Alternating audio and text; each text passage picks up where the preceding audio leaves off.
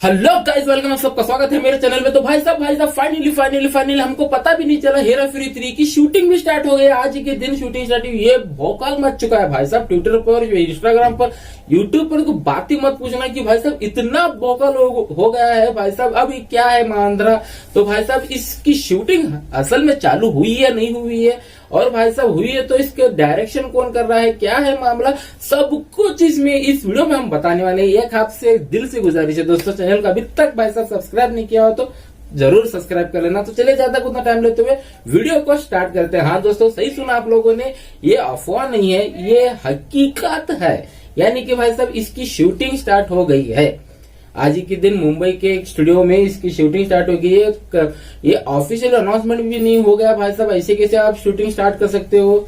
तो भाई साहब आपको बताते चलो, ये प्रोमो का शूटिंग स्टार्ट हो गया है। यानी कि जो प्रोमो रहते हैं ना भाई, अनाउंसमेंट के प्रोमो या फिर कुछ भी होता है तो ऐसे शूटिंग स्टार्ट हो रही है।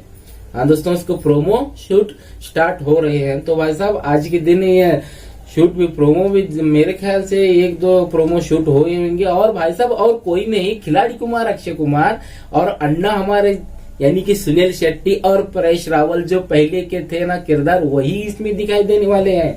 सही सुना आप लोगों ने दोस्तों, ना कि कार्तिक आर्यन, ना कि कोई भी नहीं। पहले जो फिल्म आई थी ना भाई साहब, फिर हेरा फेरी, वो आई थी शायद 2005 या 2006 में फिल्म वो आई थी। उसके बाद दोस्तों अब जो चल रहा है 2023 यानी कि 2023 का चल रहा है। तो भाई साहब बहुत दिनों को, बहुत सालों का गैप हो गया। अब स्टार्ट होगी, तब स्टार्ट होगी, ऐसे स्टार्ट होगी। तो भाई साहब ऐसे चलते चलते स्टार्ट ही नहीं हो पाई। तो भाई साहब पिछले महीने यानी कि दिसंबर से पहले इसकी इतनी, मैं क्या कहूं, इतना बौखल मच चुका था, इतना अफवाह फैल चुका था, कंफर्म भी हो गया था भाई साहब।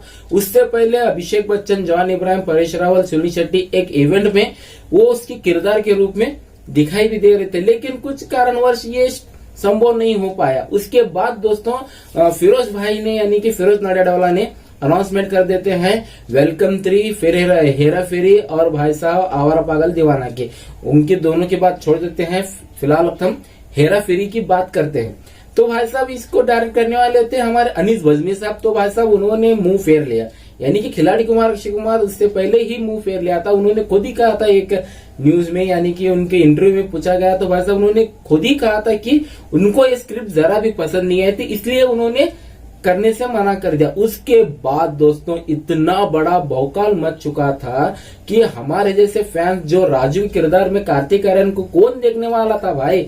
जैसे कि अब रिसेंटली शहजादा देख लीजिए, मेरे को जरा भी उसकी एक्टिंग, ओवर एक्टिंग ही कहूंगा भाई, ओवर एक्टिंग। वो stylish star, icon star Allu Arjun की, आला वेंकट पुरमालो की रीमेक है। तो भाई साहब को ढंग का तो बनाते, वो तो हो गया। कार्तिक आर्यन को राजू के रोल में फिट कहां से भी नजर नहीं होते। तो भाई साहब फैंस लोग जो रहते हैं ना भाई, उन्होंने ये तबाही मचा दी कि राजू के रूप में हमें खिलाड़ी कुमार, अक्षय कुमार ही चाहिए। तो भाई साहब तो होना क्या था, फिरोज नाडियाडवाला और सुनील शेट्टी तो भाई साहब और परेश रावल जुड़ गए, यानी कि भाई साहब इनको अक्षय कुमार को बनाने के लिए कुछ क्या हुआ, और स्क्रिप्ट में थोड़ा बहुत चेंजेस भी हो गया, ऐसा कुछ कहना भी है।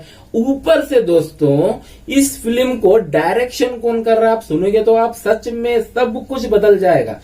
हाँ दोस्तों सही सुना आप लोगों ने, यानी कि फराज सामजी। हाँ दोस्तों ये नाम सुना ही होगा, बच्चन पांडे इन्होंने डायरेक्शन किया हुआ है। मेरे को ये समझ में नहीं आता, हेरा फेरी एक फ्रेंचाइज भाई साहब, उसके फिल्म वो इतनी जबरदस्त कॉमेडी फिल्म रहती है। हेरा फेरी फ्रेंचाइज में फराज सामजी जैसे डायरेक्टर क्या कर रहे हैं, समझ में नहीं आ रहा। इनको फिल्म में कैसे मिल गई, यानी कि भाई साहब सच में एक पल से खुशी भी हो गई, एक पल से दुख भी हो गया।